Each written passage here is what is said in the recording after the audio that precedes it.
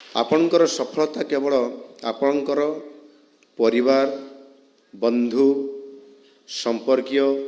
ग्रामवासी तथा आपण मानकर समस्त प्रियजन और निकट संपर्कीय लोकं को खुशी जे आनिछि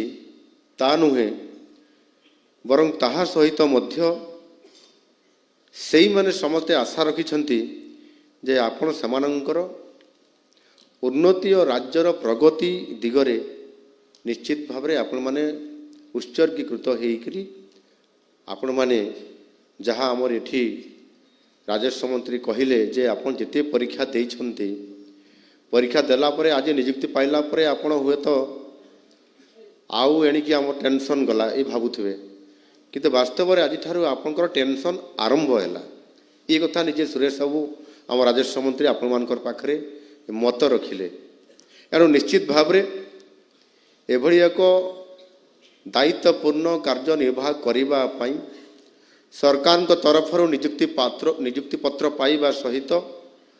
कार्यक्रम को निष्ठार सहित मु तुलेबी ये कथा को नहीं मुंड उपरे गोटे बोझ नहीं आपण मैंने जाऊँगी सतरे मु कौन भल अफिसर टे हो पारि भल कर्मचारी टे हो पारि भल मनीष टे हो पारि एणु निश्चित भाव में आपण आम राज्यपाई आज एभली गुरुदायित्व नहीं आम राज्यपाई आपण निश्चित भाव में मु भी आशा करी जे आपण माने आम ओडिशा पाई गौरव नहीं ही आसबे निज अध्यवसाय कठिन परिश्रम तथा पितामाता ईश्वर आशीर्वाद आपण मैंने समस्ते आज ओडिशावासी सेवार निजक उत्सर्गीकृत आज करिपारिथिबारु मु आपण मानकु आउ थरे अभिनंदन जनाउछि। ये नियुक्ति प्रदान क्षेत्र रे आज होउछि आम सरकारंकर 14तम नियुक्ति मेला आ ये 14तम नियुक्ति मेला गत 1.5 वर्ष भितर आम सरकार सरकारी खाली थिबा पदवी को पूरण करिबा ई परिप्रेक्षी रे जो उद्यम आज जारी रखिछंती एहा निश्चित भाव रे आम सरकारंकर प्रतिबद्धता को ही सूचाउछि। एणु ये नियुक्ति पत्र प्रदान करिवार अर्थ होउछि जे आमे आम सरकार अनेक आशा रखिछंती आउ सुजोग भी रखिछंती एवं प्रगतिर ये जो एक मंच यही मंच रे केवल सरकारंकर जे लाभ हम ता नुह आपणकर जो प्रिय सजन आपण मानकर परिवार आपण मानकर समस्ते सांग साथी समस्ते इथिरे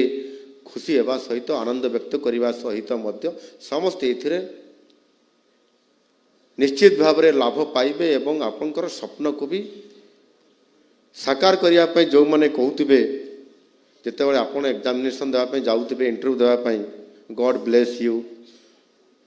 आपण को प्रभु जगन्नाथ आशीर्वाद करंतु आपण कृतकार्य हुंतु ये प्रकार जो अनेक आशीर्वाद भल पाइबा देइछन्ते आपण भी निजे जो स्वप्न देखी जे मु निश्चित भाव में येस आई कैन मु निश्चित भाव में ये इंटरव्यू रे मु कृतकार्य हेबी ये प्रकार गोटे आत्मविश्वास सहित जो काम करने बा इंटरव्यू रे पास करने जो जाइछन्ति फेस करिछन्ति आ ताहा आपनकर सत होइछि। एणु निश्चित भाव में आज आपण माने आपनकर ये वृत्तिगत यात्रा रे आपण माने प्रथम सोपान रे आज पदार्पण करिछन्ति आगो को बहुत गुड़ाए सोपान अच्छी एणु निश्चित भाव में आप सबु सोपान को अतिक्रम करी जड़े भल ऑफिसर हिसाब रे जड़े भल कर्मचारी हिसाब रे जड़े भल नागरिक हिसाब रे आपण माने यशस्वी हेबे ये कथा मु बहुत दृढ़ आशावादी।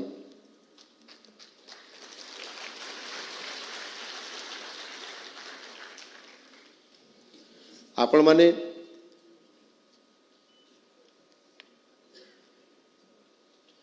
आपण मानकु राज्य सरकार राज्यवासी सहित जोड़िबा पाई आज ये गुरुदायित्व आज आपण मानकु देइछन्ति ଆଉ ଆପଣମାନେ ଦାୟିତ୍ୱ ନେଲା ପରେ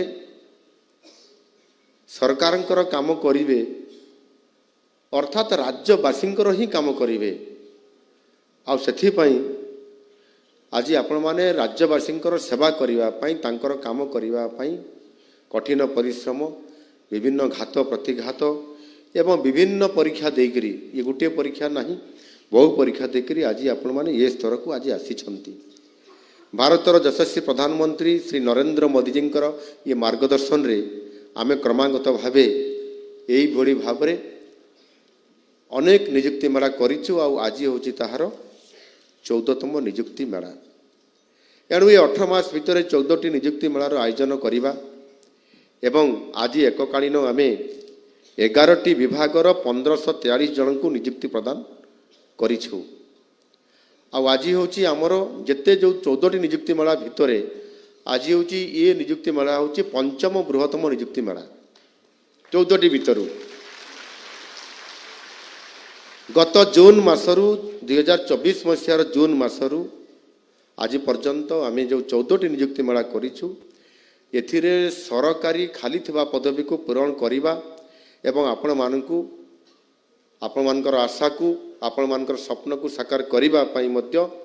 ଇଏ ନିଯୁକ୍ତି ମେଳା। ଆଉ ଇଏ ନିଯୁକ୍ତି ମେଳାରେ ଆମେ ଅଦ୍ୟାବଧି ଯେଉଁ 14ଟି ନିଯୁକ୍ତି ମେଳାରେ ଆଜିକୁ ମିଶାଇଲା ପରେ 39,459 ଜଣଙ୍କୁ ନିଯୁକ୍ତି ପ୍ରଦାନ ଆମେ କରିସାରିଛୁ।